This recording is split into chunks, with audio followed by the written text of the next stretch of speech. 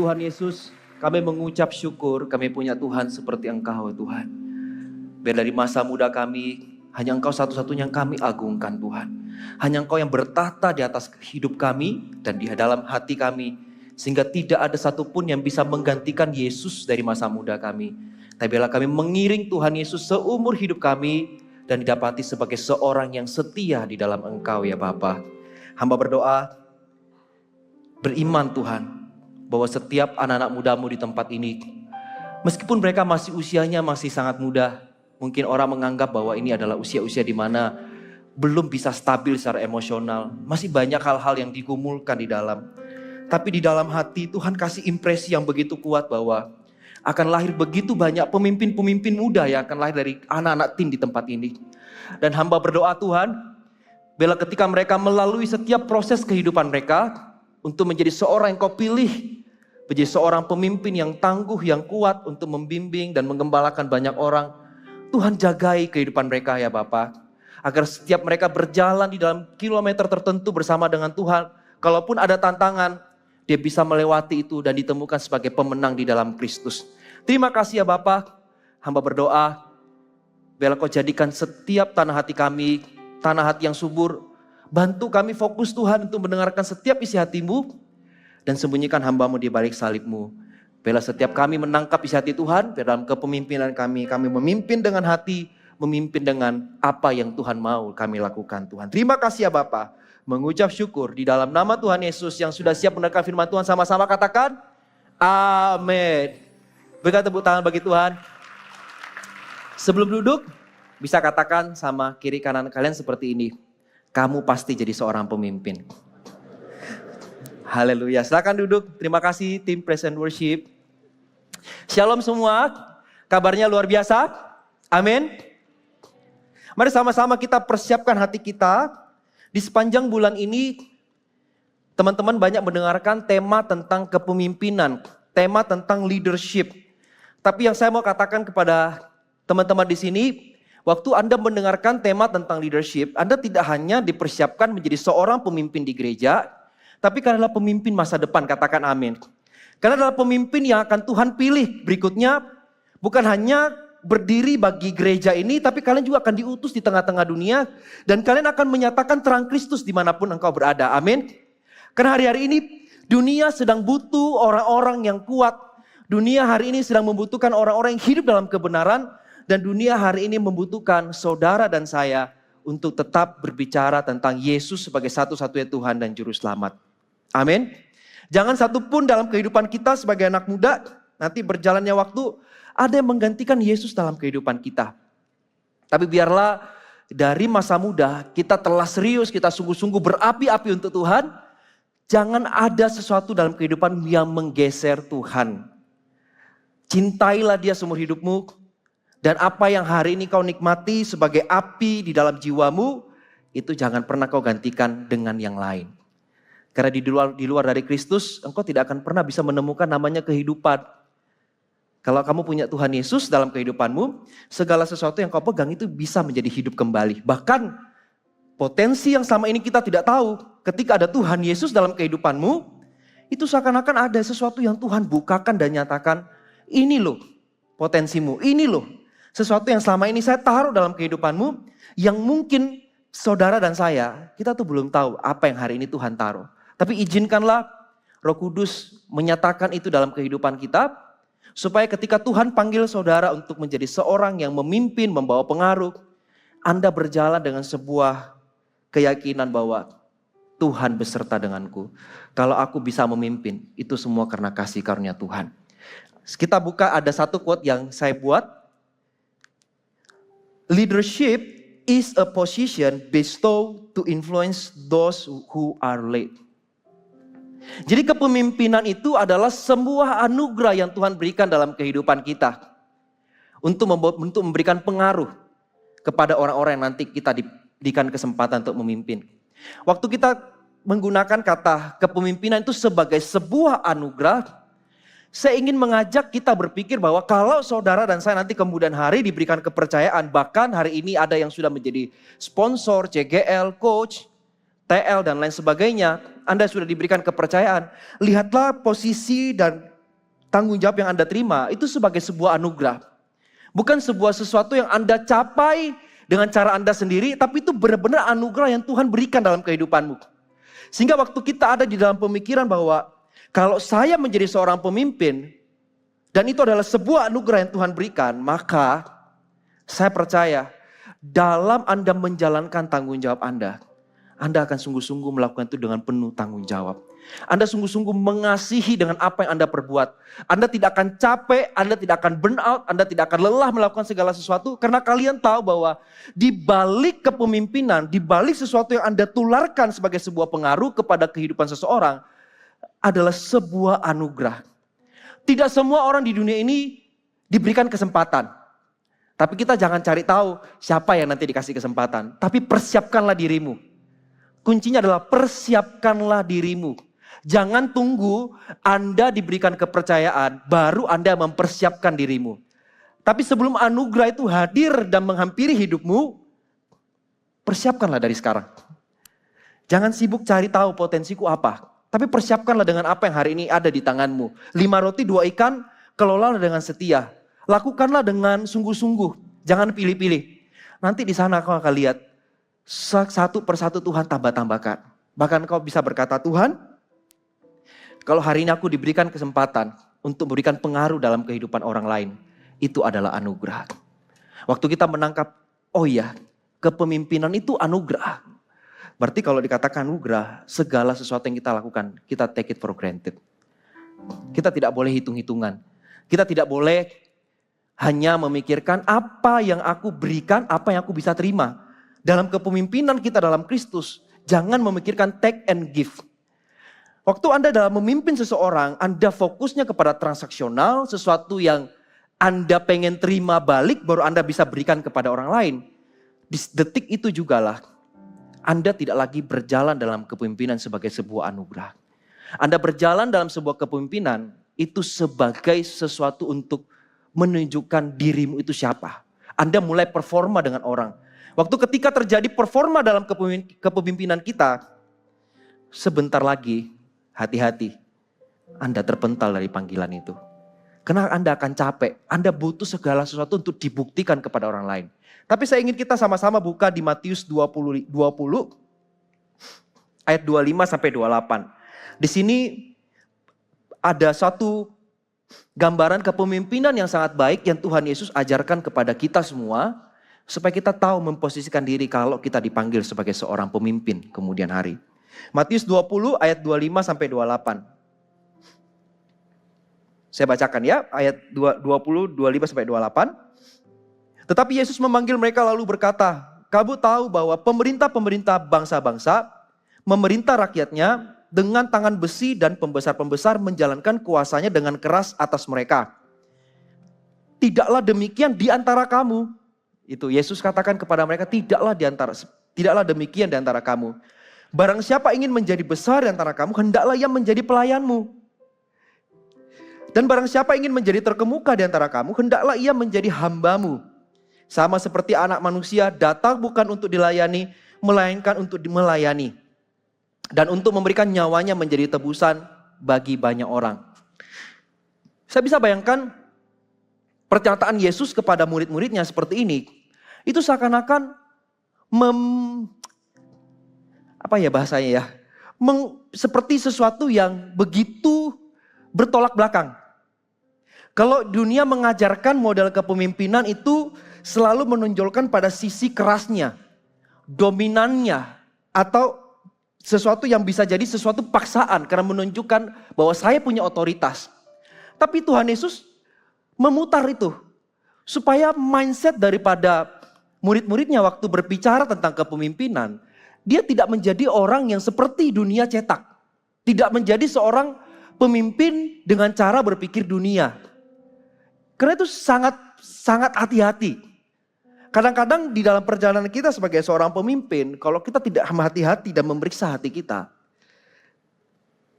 apa yang kita lakukan dalam kepemimpinan kita, itu bisa jadi seperti yang dunia ajarkan. Tapi biarlah firman Tuhan hari ini seperti membersihkan kembali hati kita. Mengajari kita kembali satu kali lagi.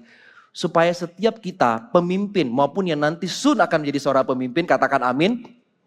Kalian akan benar-benar tahu dan memegang prinsip ini baik dalam penggembalaan, pelayanan, pekerjaan, di sekolah, dimanapun itu. Anda akan pegang dengan baik bahwa kalau kita mau jadi yang besar, hendaklah menjadi pelayan. Tuhan katakan, kalau kamu mau jadi besar, jadilah kau pelayan dulu. Lakukanlah sesuatu yang istilahnya kalau kita ngomong, kamu jadi teladan dulu. Kamu lakukan sesuatu yang istilahnya kamu itu bukan memerintah tapi dengan menggunakan hati. Karena kita melayani seseorang itu tidak bisa lahir dari sebuah kesombongan. Benar?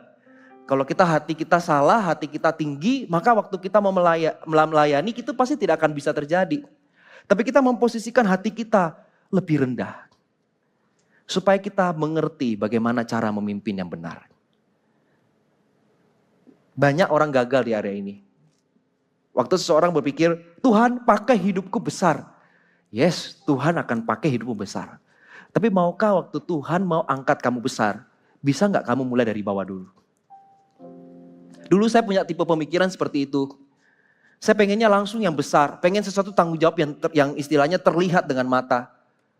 Tapi Tuhan gak pernah jadikan itu. Dan saya mengucap syukur sama Tuhan, kalau Tuhan tidak jadikan itu dalam kehidupanku. Tapi Tuhan ajari, saya masih ingat pertama kali waktu masa pandemi, saya ikut di Army of God. Waktu itu Pastor Mac cuman suruh saya ikut itu syuting YouTube. Jadi Pastor Mac suruh saya datang, Har kamu datang, terus kamu lihat-lihat aja. Cece gak akan pernah kasih tahu kamu sesuatu apa yang kamu lakukan, dan Cece juga gak akan pernah get attention sama kamu. Pokoknya kamu jalan-jalan keliling, kira-kira apa yang kamu bisa lakukan. Itu proses awalnya. Jadi tidak ada sesuatu yang tiba-tiba Cece bilang, nanti kamu tanggung jawab ini ya, nanti kamu akan melakukan ini ya. Cece ajarin saya mulai dari bawah. Melakukan pelayanan dulu. Melihat orang syuting. Bahkan tidak terlibat di pelayanan itu. Hanya disuruh jadi penonton. Waktu saya ingat, waktu disuruh datang itu, saya duduk di tribun. Orang-orang tanya, ngapain kok di sini? Oh gak apa-apa, lihat-lihat orang syuting. Jadi seakan-akan kayak gimana gitu ya, cuma datang lihat orang syuting. Pelayanan pun tidak. Tidak ada tanggung jawab diberikan. Tapi saya melihat bahwa itu bagus. Teladan yang Cece berikan dalam kehidupan saya. Itu seperti yang Tuhan Yesus ajarkan. Kalau kita mau dipakai sebagai seorang pemimpin, latihlah dirimu dari bawah dulu. Mungkin kalau kita cuma disuruh melihat, mengamati, itu pun tanggung jawab loh. Bisa jadi kalau saya dengan pemikiran bahwa, loh hari itu cuma disuruh nonton, lihat orang syuting YouTube. Ngapain saya datang? Ngapain saya lihat-lihat mereka? Nanti tunggulah kalau dikasih tanggung jawab baru saya datang. Bisa jadi itu sebuah pilihan.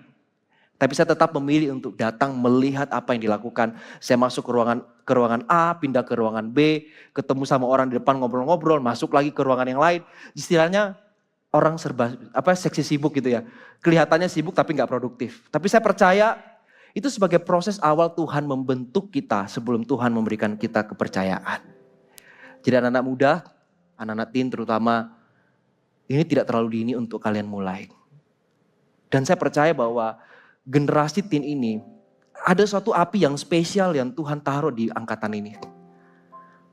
Seperti ada orang-orang nanti yang tidak punya planning, bahkan melihat dirinya itu adalah orang-orang yang tipe pemalu, tidak pernah berpikir bahwa saya bisa jadi seorang yang memberikan pengaruh.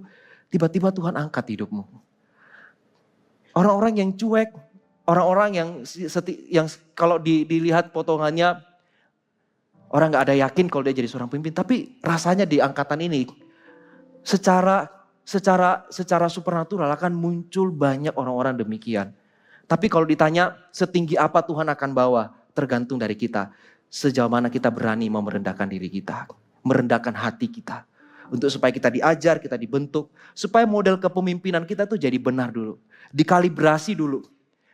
Semua yang ada dalam diri kita diperbaiki dulu. Diatur ulang, diset ulang.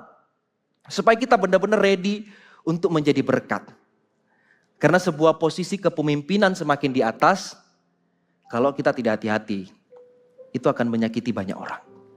Makanya kalau Tuhan izinkan kita berproses dari bawah, nikmatilah, mengucap syukurlah. Bahkan kalau ada waktu-waktu di mana kamu tidak diberikan kesempatan untuk promosi, Baik itu kamu di sekolah ataupun di dalam pengembalaan. Enjoy, nikmati. Jangan tuntut sama pemimpinmu dan datang sama mereka. Saya ini sudah siap. Saya harusnya dipilih hari ini. Kenapa kamu pilih yang itu dulu? Kenapa bukan saya? Gak usah. Karena sebentar lagi promosi itu datangnya dari Tuhan kok. Tuhan tidak pernah terlambat atau lalai dalam mengangkat seseorang. Kalau dilihat hatinya itu tepat, hatinya benar. Hanya kita persiapkan diri kita dulu. Kepemimpinan yang dimulai dari hati akan selalu membawa perubahan besar bagi orang-orang yang kita pimpin. Jangan kita memimpin hanya dengan memikirkan caranya menggunakan tongkat dan gada. Tapi kita tidak menggunakan hati. Tapi gunakanlah hatimu ketika memimpin orang. Tapi saya ingin ajarkan di sini bukan hanya memimpin dengan hati. Tapi saya akan lengkapi supaya kita mengerti bahwa kepemimpinan itu harus ada dua hal yang kita bawa untuk jadi seorang yang kuat ya. Tapi saya ingin ajarkan juga bahwa semakin Tuhan bawa kita ke atas, semakin Tuhan pakai kita dengan luar biasa, jagalah hubunganmu dengan Tuhan. Semakin tinggi kau dibawa Tuhan ke atas, semakin turun kau harus bangun hubungan dengan Tuhan. The greater the use by God, the deeper the relationship with God. Itu nggak boleh menggantikan apapun dalam kehidupanmu. Karena banyak orang seringkali kalau sudah diberikan pengaruh, diberikan sesuatu yang besar, dia lupa sama Tuhan. Dia pikir pengalamannya lah yang membuat dia ada di atas. Tapi dia lupa ketika kita ada di atas, lututmu pun harus makin kuat. Karena itulah yang akan menopang kepemimpinanmu. Jadi waktu saya bicara tentang kepemimpinan itu, kita sama-sama sepakat di mindsetnya adalah kepemimpinan ini bukan hanya berbicara tentang di gereja. Tapi ini mempersiapkan masa depanmu baik di sekolah, di kampus nanti yang jenjang berikutnya, ataupun nanti di dunia pekerjaan. Tetap gunakan hal yang sama. Semakin Tuhan bawa kamu ke atas, semakin kamu harus turun ke bawah. Gunakanlah lututmu untuk menyembah Tuhan. Di situ engkau akan bertemu dengan bagaimana caranya dalam kepemimpinan itu harus ada kasihnya. Bagaimana seorang bisa dalam kepemimpinan bisa semakin memperkenalkan Tuhan.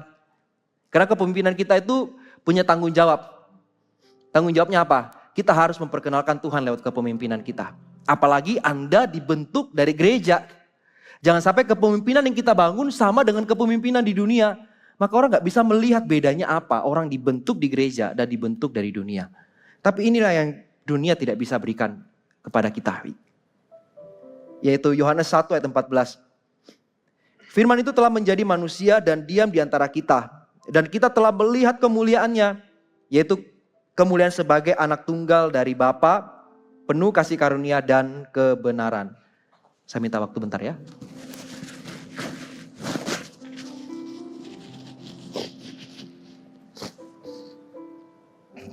Dikatakan sini penuh kasih karunia dan kebenaran. Jadi kepemimpinan yang kita harus bangun, catat dengan baik ada dua hal. Yang pertama adalah kepemimpinan yang dibangun dengan kasih karunia. Dan yang kedua adalah kepemimpinan yang dibangun dengan kebenaran. Makanya saya tadi katakan di awal, kita tidak bisa hanya satu sisi. Tapi seperti dua sisi mata koin, dua-duanya harus ada. Kalau koin yang Anda miliki, salah satunya nggak ada gambarnya, koinnya nggak berlaku. Sama halnya waktu kita memimpin, kita nggak boleh menghilangkan salah satunya. Karena Tuhan Yesus waktu datang ke dunia, dia tidak menghilangkan kebenaran. Meskipun ketika Yesus datang ke dunia, kasih karunia itu ada dan nyata di tengah-tengah kita. Tapi Tuhan Yesus tidak bilang kebenaran itu dihapuskan. Makanya waktu dalam kepemimpinan kita, waktu kita memimpin orang dengan hati, ingat ada dua hal, yaitu adalah kasih karunia dan kebenaran. Kepemimpinan yang dibangun di atas kasih karunia dan kebenaran itu harus balance. Katakan bersama-sama dengan saya, balance. Kapan kepemimpinan kita hanya berat sebelah, kita hanya memikirkan, kok aku pengen memimpin hanya dengan kasih karunia, tapi aku gak mau mengajarkan kebenaran. Yang terjadi adalah orang tersebut tidak akan pernah belajar dari kesalahan. Orang yang kita pimpin tidak akan pernah belajar dari kesalahan. Dan kita sebagai pemimpin juga tidak terupgrade sama sekali. Tidak ada sesuatu yang naik levelnya. Kita ada di level yang sama terus. Karena kita merasa bahwa kalau kita melakukan kebenaran, kita takut kita dimusuhi orang-orang yang memimpin, yang kita pimpin. Tapi sebenarnya Kalau kita menghilangkan itu, sebenarnya kita sebentar lagi membawa kawanan-kawanan orang-orang yang kita pimpin itu masuk ke dalam jurang. Dan kepemimpinan kita bisa hancur karena kita gak berani bersuara tentang kebenaran. Kemudian kalau kepemimpinan kita hanya mengenalkan kebenaran tapi tidak ada kasih karunia, ini juga bahaya. Maka orang yang kita pimpin hanya tahu do or don'ts. Dia hanya tahu apa yang bisa dilakukan atau apa yang jangan. Kita gak mau menghasilkan pemimpin yang hanya bisa do and don'ts. Sedih loh. Kalau kita sepanjang kepemimpinan Tuhan percayakan kita, kemudian kita hanya bisa melatih orang do atau dia don'ts. Itu sebenarnya sesuatu yang kita rasa, kok aku jadi pemimpin tidak menjadikan orang lebih dewasa ya. Hanya ajarin do and don'ts. Itu seperti kalau anak kecil baik, dia jalan ke sana, jangan ke sana. Nanti kalau dia bisa jalan ke tempat yang aman kita gak bersuara. Kita coba bilang jangan. Nanti akhirnya, jangan. Tapi kita gak pernah kasih dapat hatinya di situ. Apa yang terjadi? Kepemimpinan yang kita lakukan buat orang yang dipimpin. Nanti mereka pun tidak bisa mengekspresikan kasihnya kepada orang yang dipimpin berikutnya. Gak enak loh. Dalam kepemimpinan itu, anggaplah kita ketemu sama pemimpin. Kita tuh gak pernah dapat hatinya. Kita gak pernah mengerti hati pemimpinnya kita itu apa. Kemudian kita hanya datang cerita, pemimpin kita cuma ngomong gini, itu boleh dilakukan, ini boleh dilakukan, ini gak boleh. Apalagi apalagi kok gak ada, ya udah kamu pulang. Enak? Seperti itu kalau Anda ketemu dengan orang-orang yang pemimpin Anda cuma katakan do atau yang sesuatu yang don'ts-nya, rasanya pasti gak nyaman. Tapi alangkah indahnya dalam kepemimpinan kita, waktu kita dipimpin sama seseorang, ataupun kita jadi pemimpin. Waktu kita menegur orang tersebut, tapi kita sampaikan juga isi hati kita. Bagaimana kita mengasihi dan pengen melihat dia juga bertumbuh. Percayalah, orang berikutnya dia perlakukan hal yang sama. Dia akan mengajarkan bagaimana prinsip kepemimpinan yang benar. Karena kepemimpinan yang salah akan menghasilkan buah yang salah. Tapi kepemimpinan yang benar akan menghasilkan buah yang manis. Kemudian generasi demi generasi akan terus ada orang-orang yang mau hidupnya dipakai menjadi seorang pemimpin. Mereka gak akan alami traumatik. Dan mereka akan merasa bersyukur ada di dalam satu payung kepemimpinan seseorang. Kita belajar hari ini. Kalau mungkin ada pemimpin, saya ngomong tentang penggembalaan dulu. Kalau mungkin ada pemimpin di sini, Anda belum terbiasa menjadi orang yang bisa membahasakan hatimu kepada orang kamu pimpin. Hari ini belajar yuk. Saya juga belajar sampai hari ini, membahasakan sama orang-orang yang saya pimpin. Saya kasih tahu hati saya, kenapa saya tegur. Beberapa dari mereka kadang-kadang saya katakan seperti ini. Kalau kamu gak mau berubah dari cara kamu bicara, sering menyakiti orang, kamu tahu gak nanti kalau kamu berkeluarga, kamu ngomong sama istrimu atau anakmu, kamu bisa melukai mereka. Nanti kamu di luar, kamu ketemu sama orang-orang, mendengarkan perkataanmu tidak enak didengar. Itu juga orang gak mau sama kamu berteman loh. Saya ngomong terakhir yang satu kali lagi pamungkasnya apa? Saya ngomong seperti ini. Karena saya sayang sama kamu. Kalau saya gak sayang, saya gak akan ngomong. Jadi pemimpin itu harus bisa mengekspresikan kasihnya. Harus bisa mengekspresikan hatinya itu loh. Pemimpin itu jangan, kalau ketemu sama orang yang dipimpin, kita tuh seperti ada di awan-awan, orang yang kita pimpin tuh ada di bawah, datang telungkup sama kita dan kalau bicara tuh rasanya jauh. Tapi biasakan mengekspresikan kasih, mengekspresikan hatimu. Ini baru bicara tentang penggembalaan. Kalau Anda di marketplace seperti itu, di tempat kerja nanti kemudian hari, ataupun Anda di sekolah menjadi seorang OSIS, atau Anda jadi BEM di kampus misalnya satu waktu, latihanlah. Ketika kita melakukan sesuatu yang benar, ekspresikanlah juga hatimu. Apa yang Anda rasakan? Dari situ orang yang kita pimpin akan semakin mengenal lebih dalam dan mereka juga bisa belajar model kepemimpinan ini dan meneruskan kepada orang berikutnya. Jadi kita harus belajar untuk melakukan itu semua. Maka dalam kepemimpinan tadi ada dua hal. Saya bahas dari sisi kasih karunia dulu. Kepemimpinan harus hadir dengan hati, kepemimpinan dengan hati harus ada dua hal. Yang pertama adalah kasih karunia. Saya bahas dari sisi kasih karunia dulu. Apa itu kepemimpinan dengan kasih karunia? Kepemimpinan yang menunjukkan kasih Tuhan dengan memberikan ruang dan kesempatan untuk orang yang dipimpin mengalami promosi, pertumbuhan, dan memperbaiki kesalahan. Intinya adalah kepemimpinan kasih karunia itu adalah sebuah kepemimpinan yang bisa menunjukkan kasih Tuhan. Awalnya mungkin orang-orang melihat kepada kita.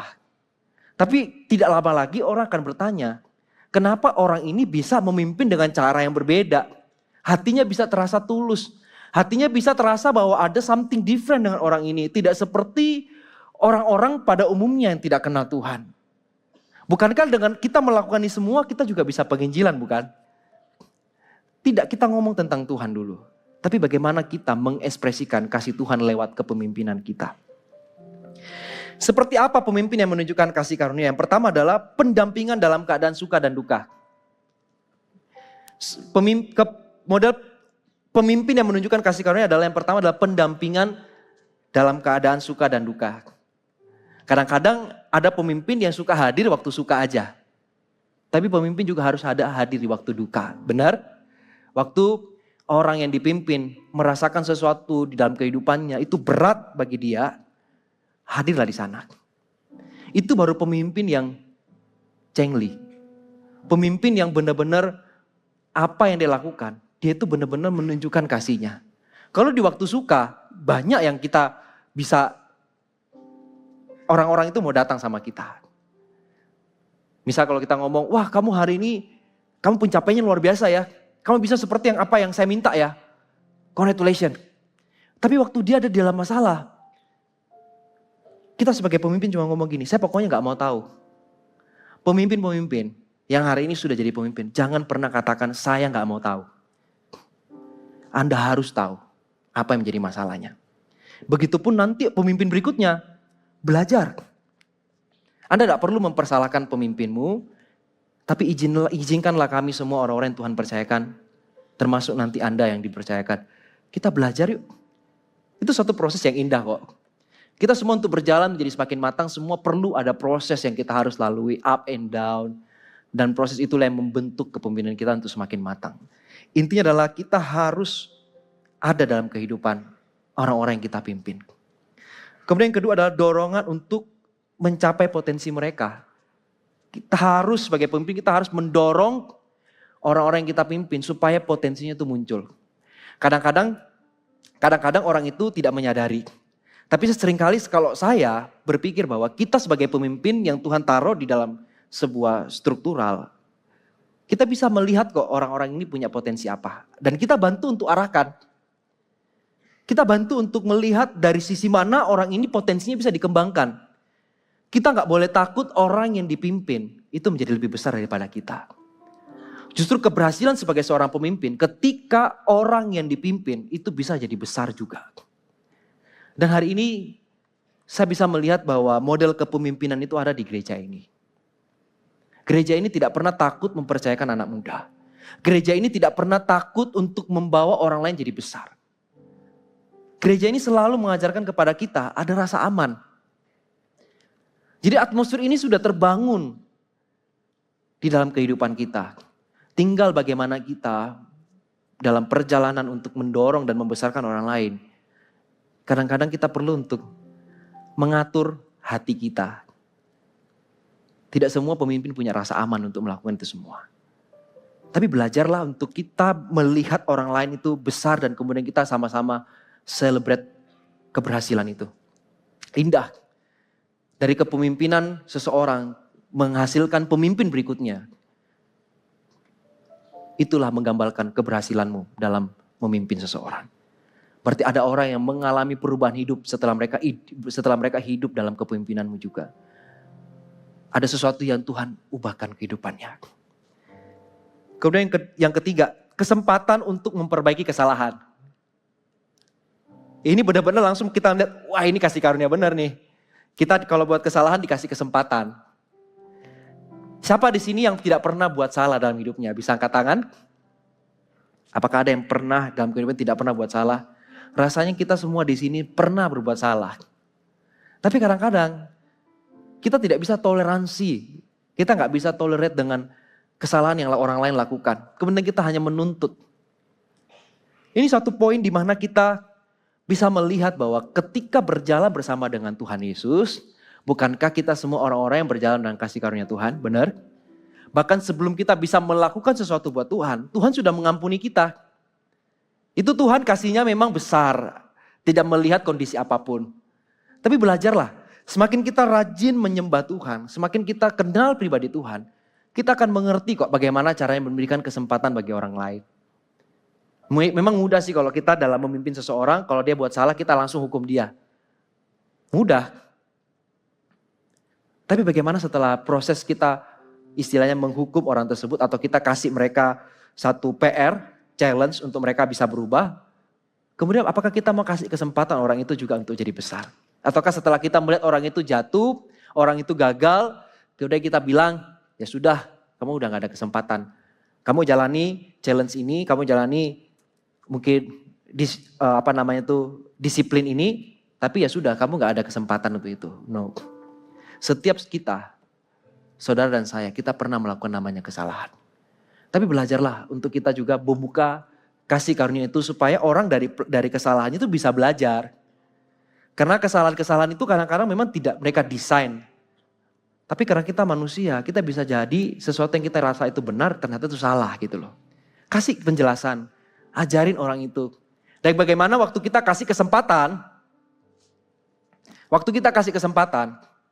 kita sampaikan juga ke orang itu bahwa kesempatan itu jangan kamu sia-siakan. Jangan sampai kamu buat kesempatan ini hanya sebuah permainan. Tapi lihatlah kesempatan itu sebagai sebuah kepercayaan. Bahwa saya melihat bahwa pemimpinku masih melihat ada harapan di hidupku. Itu yang harus kita ngomong sama mereka. Supaya mereka mengerti kalau mereka dikasih kesempatan. Mereka gak main-mainin kesempatan itu. Dan kita sebagai pemimpin pun tahu. Kalau dia tidak menghargai kesempatan itu. Maka memang orang itu yang membuang kesempatan. Bukan kita tidak memberikan kesempatan. Kemudian yang ketiga adalah tidak hanya pandai memberikan perintah tapi mendampingi. Hati-hati dengan sindrom di mana ketika kita memimpin kita lakukan dengan paksaan. Karena kadang-kadang kita tuh bisa gemes. Kok udah dikasih tahu ini kok gak lakukan ya? Kita tuh bisa awalnya mungkin kita bisa ngomong baik-baik. Lama-lama kita mulai muncul paksaan, kita mulai marah sama orang-orang yang tidak mengikuti perintah-perintah kita. Memang ketegasan itu perlu. Tapi dengan apa yang kita lakukan, kemudian kita tidak bisa bahasakan dengan baik kepada orang-orang yang kita pimpin. Kenapa kita begitu tegas soal ini? Itu akan melahirkan sebuah pemberontakan nantinya. Karena mereka lama-kelamaan gak nyaman, gak merasa ada sesuatu yang berubah dari kehidupannya. Tapi belajarlah waktu kita berbicara sesuatu dalam kehidupan orang. Belajar kenali hati dan karakter orang tersebut. Kita kadang-kadang tidak mau tahu soal ini. Benar? Kita hanya pikirkan, kok dia gak mau ikut saya ya? Kok dia gak mau ikut perintah saya ya? Oh ya udah, kalau dia gak mau ikut, saya marah sama dia. Justru semakin kita perintah-perintah orang ini, karena orang ini kayaknya gak ada ketaatan. Tapi belajar untuk kenali hati orang itu.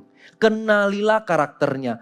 Mungkin bisa jadi dia tidak melakukan itu semua karena instruksinya gak jelas. Mungkin dia gak lakukan itu karena dia gak paham apa yang harus dilakukan.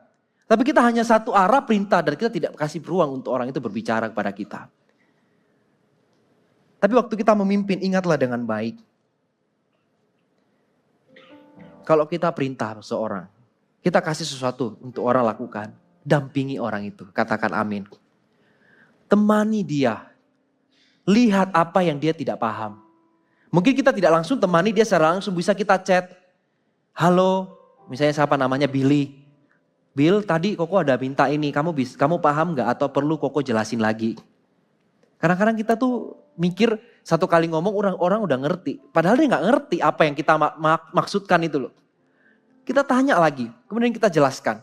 Nanti dari sana, percayalah, lama-kelamaan orang yang kita pimpin dan kita sebagai pemimpin, kita saling kenal hatinya.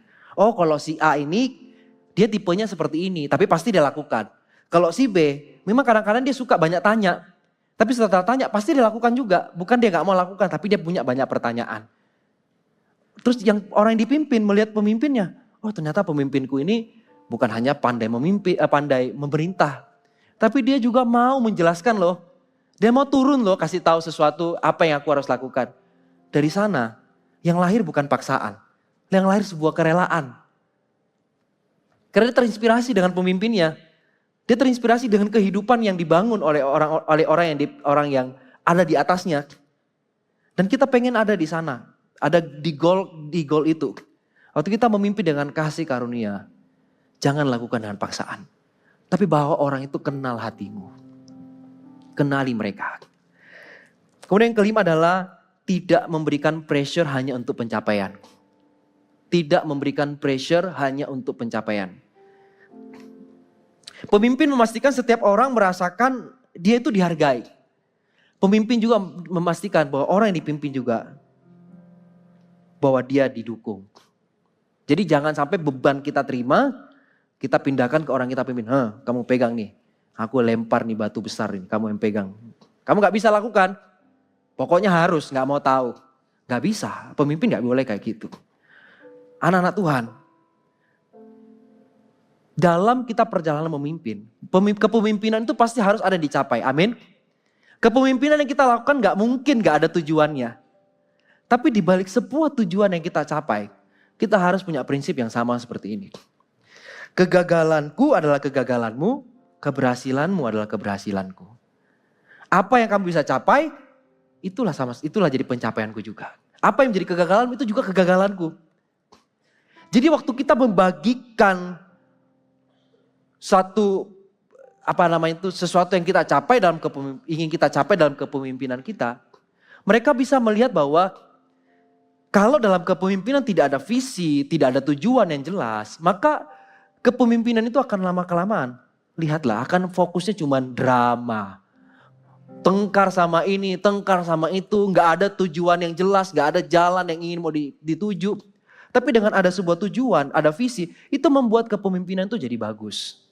Tapi bagaimana dengan tujuan dan visi yang hendak kita capai itu, membuat orang itu tidak lelah berjalan bersama dengan kita. Tapi dia enjoy.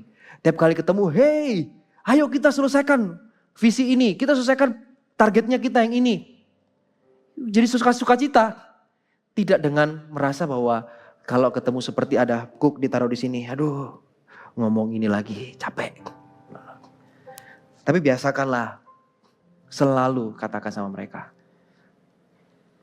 Kamu tidak berjuang sendiri. Kalau kamu berjuang, saya pemimpinmu, saya juga lebih berjuang dari kamu.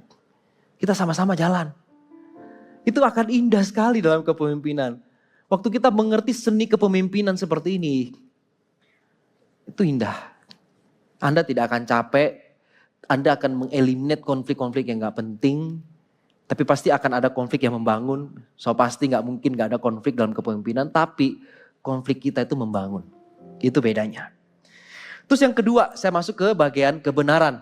Ini ada 5 poin tentang kasih karunia. Terus yang kedua adalah kebenaran. Kepemimpinan tanpa kasih karunia hanya menghasilkan anak-anak gampangan. Gak boleh itu.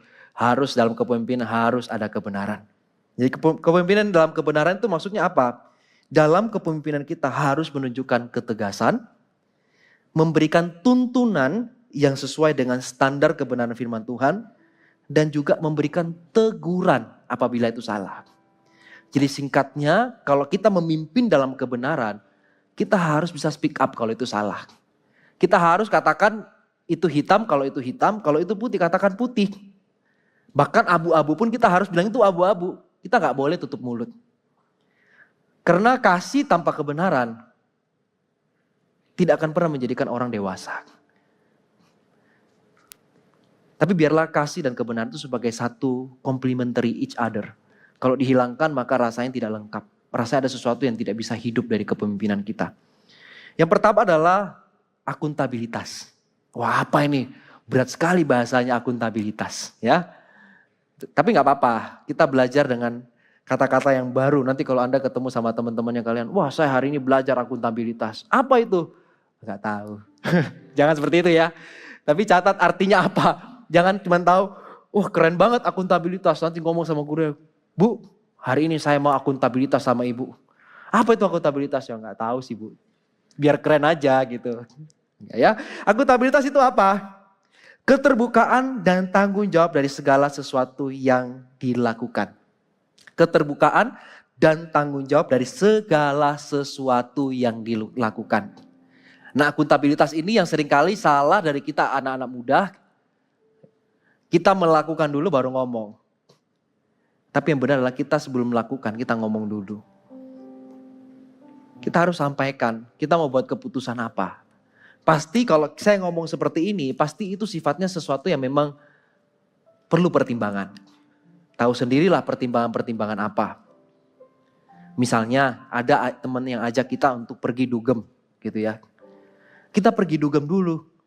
Terus baru kita pulang ngomong sama papa mama kita gini. "Pak, Ma, kemarin aku habis diajak dugem." "Loh kok kenapa baru ngomong sekarang?" "Iya, saya mau terbuka sama papa mama dan saya mau tanggung jawab." Itu udah basi. Tapi sebelum kita lakukan, tanya kalau kita ragu gitu ya. Tapi kalau saya ajarkan, gak perlu sungkan, langsung tolak aja. Dugem itu kan sudah gak sesuai dengan kebenaran firman Tuhan gitu. Gak perlu kita pertanyakan lagi atau tanya pendapat orang lain. Tapi saya kasih satu gambaran ini, supaya kita mengerti akuntabilitas itu, kita tanya sebelum kita lakukan dan putuskan. Setelah itu kalau dibilang enggak, ya udah, kamu jangan lakukan, itu akuntabilitas namanya. Bukan basa-basi. Nah, untuk kita bisa akuntabilitas, kita pilih. Dalam kehidupan kita hari ini Tuhan kasih di dalam kehidupan kita ada pemimpin rohani. Ada orang tua. Ada siapa lagi yang bisa percaya untuk kita sampaikan. Kita kita berbicara kepada orang-orang yang Tuhan izinkan dalam kehidupan kita. Dan kita tahu bahwa orang itu dewasa, kompeten, kerohanian juga oke. Kita tanya sama dia pendapatnya soal ini. Itu akan melatih kita menjadi orang yang akuntabilitas. Kalau hari ini saya sebelum buat keputusan, karena saya sekarang ada diberikan kepercayaan untuk mengembalakan Hong Kong, banyak berbicara dengan Pastor Moro juga sebelum membuat keputusan. Kok ada kasus seperti ini? Kira-kira mau buat keputusan seperti apa? Kok Moro nanti kasih voice note, nanti kamu gini, nanti kamu jelaskan ini. Oke kok. Itu saya sampaikan. Itu akuntabilitas. Saya nggak buat keputusan dulu. Setelah itu salah baru datang kok. Aku salah ternyata. Enggak, itu latihan. Ya. Kemudian yang kedua adalah integritas. Kebenaran itu pemimpin yang benar adalah orang yang bisa integritas. Integritas itu apa? Perkataan dan perbuatan dilakukan sesuai dengan prinsip kebenaran. Jadi apa yang kita bicarakan, apa yang kita perbuat itu harus sinkron. Makanya ada kata firman Tuhan katakan, kalau kita hanya tahu firman Tuhan tapi kita nggak pernah lakukan, itu adalah mati. Tapi buatlah sinkron. Tapi jangan hanya kita buat sinkron kalau kita lakukan yang salah, kata-kata kita salah, kita buat perbuatan kita juga salah. Itu nggak memberkati, itu nggak benar. Tapi pemimpin, waktu dia speak up something, jaga integritasmu. Make sure apa yang keluar dari bibir kita ini selalu diperhitungkan. Makanya hati-hati gunakan mulutmu. Mulutmu harimaumu. Saya ingat sekali syuting itu. Mulutmu harimaumu. Apa yang kamu ucapkan itu harus dipertanggungjawabkan. Harus ada integritasnya. Kemudian yang ketiga adalah komitmen. Ini yang paling susah zaman sekarang. Komitmen. Komitmen itu adalah segala sesuatu yang menjadi tanggung jawab kita selesaikan hingga tuntas. Anak-anak muda, kalau Anda mau jadi seorang pemimpin yang luar biasa, Anda harus tahu kebenaran ini. Anda harus belajar komitmen. Selesaikan hingga akhir. Banyak orang-orang karena ketika menghadapi masalah, dia tuh berhenti di tengah jalan. Dia berhenti. Dia gak mau selesaikan. Dia memilih untuk berhenti di tengah jalan. Beberapa orang yang pernah datang, kemudian mereka pengen mengundurkan diri dari kepemimpinan. Saya selalu tanya bolak-balik sama orang itu. Kamu yakin? Kamu yakin? Kamu yakin? Gampang sih kalau untuk seseorang mau mundur dari posisinya. Tapi ingat, dampaknya nanti ke depan. Apapun yang kita kerjakan. Ingat ya, apapun yang kita kerjakan. Kita tidak akan pernah mau menyelesaikan hingga akhir. Karena kita rasa itu susah misalnya atau ada tantangan. Kita memilih untuk berhenti kalau ada tantangan. Tapi komitmenlah. Jangan juga tinggalkan orang-orang yang kamu gembalakan. Saya ingin berbicara juga kepada cegel-cegel, mungkin ada beberapa dari Anda yang sudah menyerah memimpin. Mulai capek, udah ada kepikiran untuk keluar, meninggalkan kepercayaan itu. Tetaplah stay, komitmenlah. Nanti kamu akan lihat, di dalam setiap proses di mana yang kamu harus lalui sebagai seorang pemimpin, Dan kamu tetap komitmen di sana. Kamulah benih-benih kepemimpinan yang kuat nantinya. Bukan pemimpin yang hanya letoy, ada masalah langsung badan syuk, langsung lemes. Tapi Anda tambah kuat. Masalah itu bagus, proses itu bagus. Supaya kita pemimpin bisa tetap stand out, kita tetap bisa berdiri dengan kuat. Dan orang-orang yang dipimpin pun mengalami kekuatan dalam kepemimpinan kita. Yang keempat adalah teguran. Tadi sudah saya sampaikan, pemimpin tidak boleh diam kalau itu salah. Ngomong. Tapi ingat, teguran itu jangan kata-katanya apa tuh? Yang kayak bersayap-sayap itu loh. Orang gak bisa ngerti maksud tegurannya apa, ada sayap-sayapnya. Apalagi bahasanya tuh? Ada yang bisa bantu saya? Sarkasme. Tahu ya? Sarkas ya, tahu ya teman-teman ya. Nanti kalau nggak tahu bisa search sendiri ya, biar tambah kosakatanya. Sarkas itu kita tegur orang tapi kita nyindir. Kita harapannya setelah kita sindir orang itu tahu diri. Gitu ya. Tapi nggak semua orang bisa tahu diri segampang itu. Tapi bisa jadi kata-kata sarkasme kita karena salah didengarkan orang. Orang yang tidak melakukan itu merasa dia yang disindir. Bayangkan. Besok dia ketemu kita kepahitan. Kenapa? Dulu pernah Koko ngomong kayak gitu. Padahal kita bukan ngomong sama dia. Dia merasa dia yang dituju, disarkaskan waktu itu. Kalau kita tegur langsung kesalahannya apa? Tegur dengan to the point. Jangan tegurnya muter. Akhirnya setelah setengah jam berlalu, 45 menit berlalu. Koko doain aja ya. Terus di dalam doa itu baru kita tegur, Tuhan tolong ubahkan hatinya. Dia adalah orang yang keras, susah dibentuk. Tuhan tolong lembutkan hatinya. Kita gak jadi tegur dia.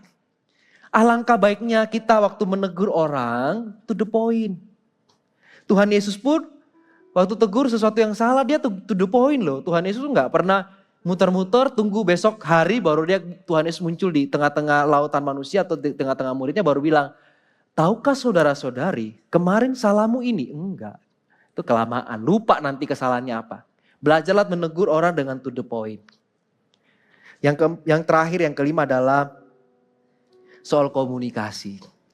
Pemimpin yang bisa menjalankan kepemimpinan yang benar dalam kebenaran harus bisa komunikasi yang jelas. Oke?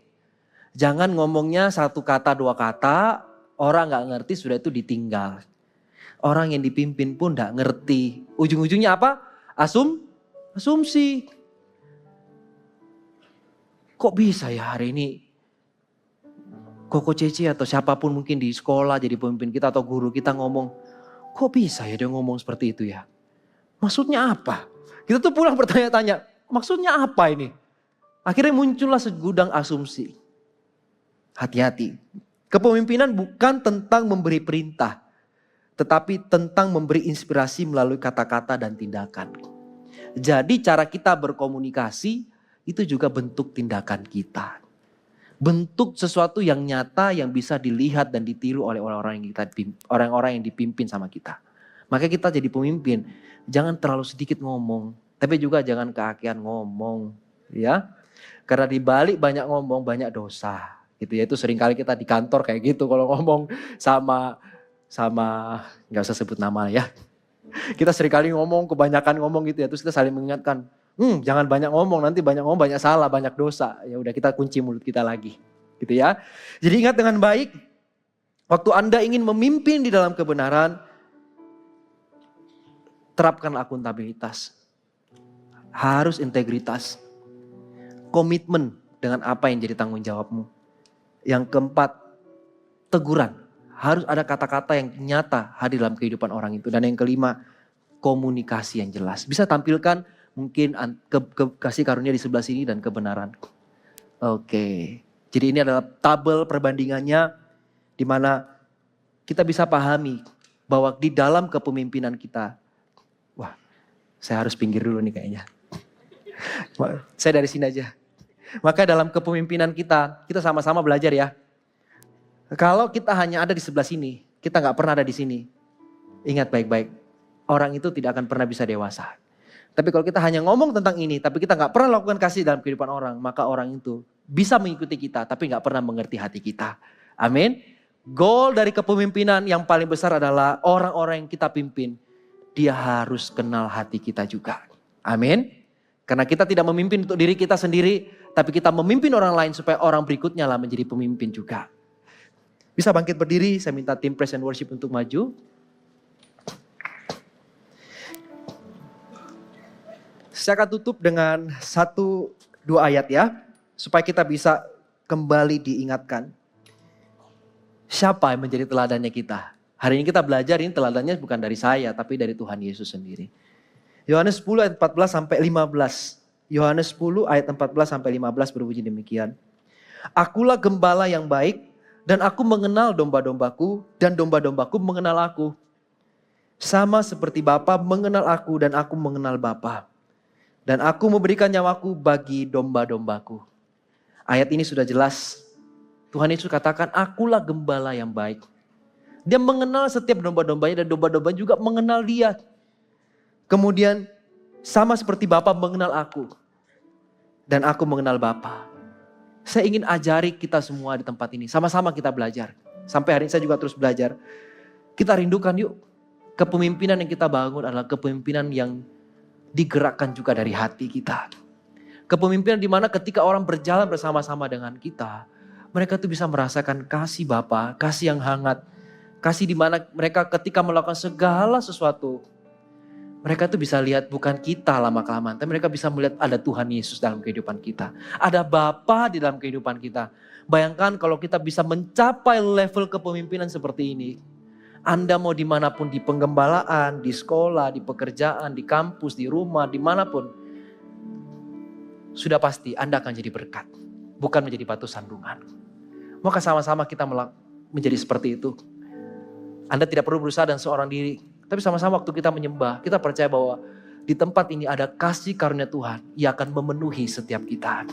Mari sama-sama kita sembah Dia.